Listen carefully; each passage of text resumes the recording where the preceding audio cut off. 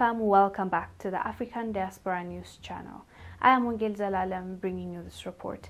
Today's report comes from India. A Congolese student died in police custody and Africans in India are protesting this. Let me show you a little bit of the protest. We'll come back and discuss. At 1 p.m. on August 2, people from various African countries gathered outside the JC Nagar police station in Bengaluru. The protesters sat in front of the police station for almost an hour. When that failed to get the attention of the police, they started shouting slogans of Black Lives Matter.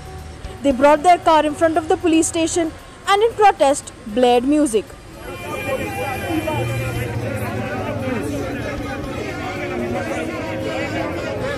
But what sparked the protests? A Congolese national had died while he was in police custody on Sunday night. 27-year-old Joel Shindani Malu was arrested on suspicion of peddling narcotics. While in police custody, he allegedly got a cardiac arrest and could not be saved even after being rushed to a private hospital. Around 20 foreign nationals from African countries accused the police of killing Joel. The protests soon turned violent, reportedly after the protesters snatched a lathi from a policeman. The police then resorted to lathi charge.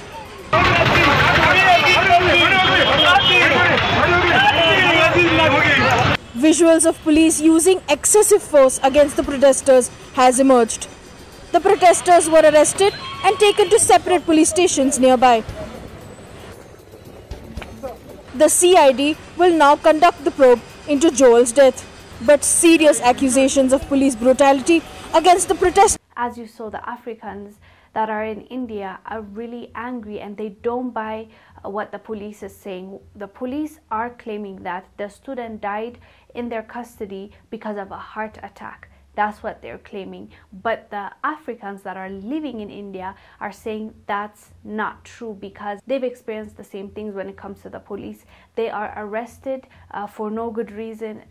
They get discriminated against and they say they face false allegations all the time. So they believe this young man died because of the police. That's what they believe, and also they believe that he was falsely accused and arrested. So this is really, really sad. He went all the way to India for school. This guy was a student. So he has parents back home waiting to hear back from him, and this is the news that they are going to receive. The young man that they sent to India for better education is no longer coming back. He's coming back in a casket. It must be devastating as a parent. And as for the Africans, this is not my first time hearing about this. Unfortunately, in India, they face a lot of discrimination and they get treated like they're criminals, whether they are or they're not. According to the Africans in India, when the Indian police looks at them, what they see is a criminal. They just assume instead of investigating more, instead of just leaving them alone if they didn't give them any reason to doubt them or to make them think that they're a threat. But that's not what's happening, and it's really unfortunate.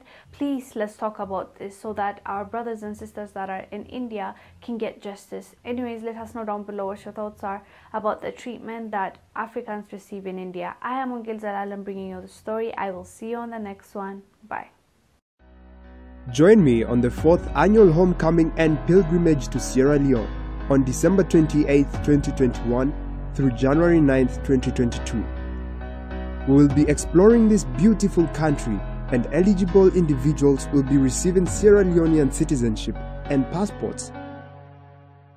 For more details, check out our website sierraleonepilgrimage.com or subscribe to our YouTube channel Goham Lifestyle Vlogs, because we all need an Africa escape plan.